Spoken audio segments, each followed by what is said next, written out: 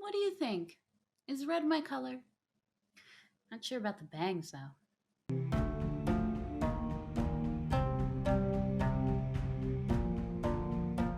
I have been streaming on Twitch for over 3 years now.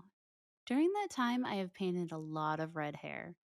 Fur and hair are some of my favorite things to paint. So I'm not surprised when I started doing YouTube, it became my most requested video. There are many ways to paint hair and different shades of red. In this video, I'm going to show you my go-to recipe for a copper redhead using only 3 colors. I am going to use this lovely 3D printed model from Moonlight Minis.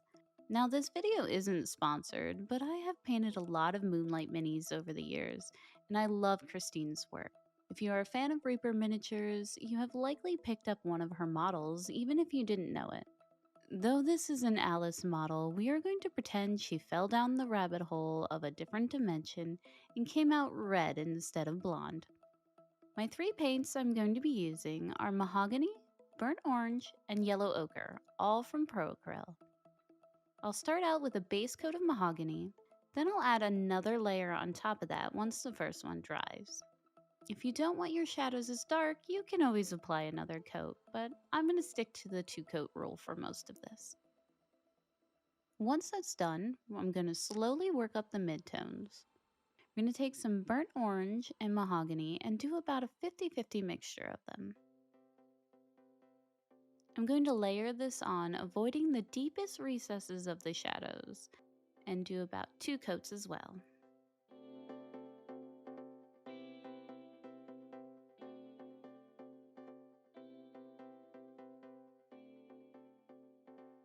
Grabbing some burnt orange, this is our mid-tone.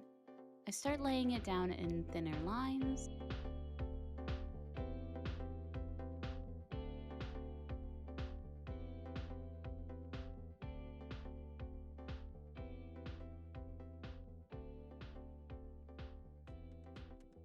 Next, I created a 50-50 mixture of the burnt orange and the yellow ochre. I'm going to start building up the highlighted area where the light would really start to catch the hair.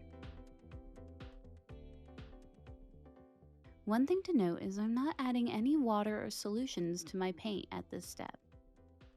I prefer to use larger brushes with a fine tip.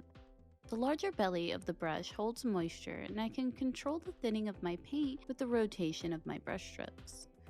The further away from the tip, the more diluted the paint will be. Now for the brightest highlights, I'm going to grab some of that straight yellow ochre. I also switched to a finer brush. This is a 00 Sable from Monument Hobbies. The other brush I was using was a size 7 synthetic brush. I'm going to quickly put down some sketchy, uneven lines for texture. This is the part where you tell yourself, trust the process.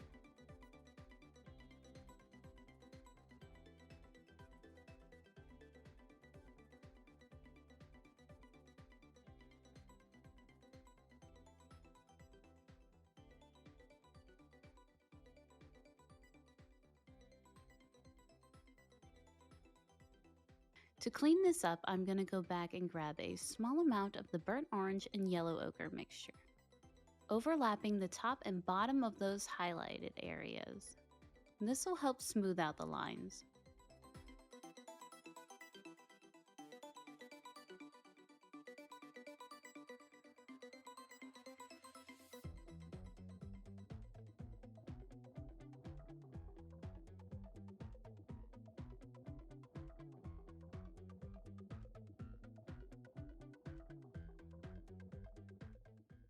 At this point it looks good, but I personally wanted it to be a bit more fiery, so I grabbed some more burnt orange and added another layer to the mid-tone areas.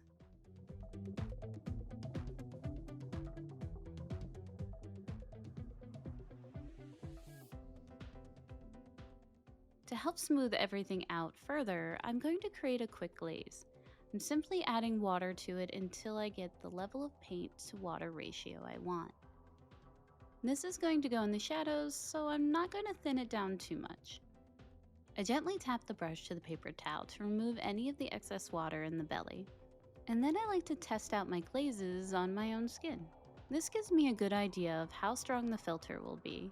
Also to how it pulls into the cracks of my skin, which is similar to the recesses of the model. With this glaze, I'm going to do one simple coat over the shadows. For the final step, I'm going to create one more glaze, this time with the burnt orange and a tad bit more water.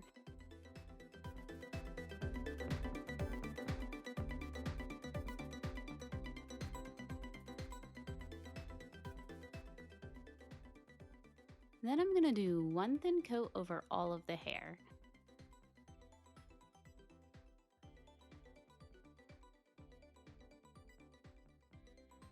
And we're done. And that is my go-to recipe for painting red hair.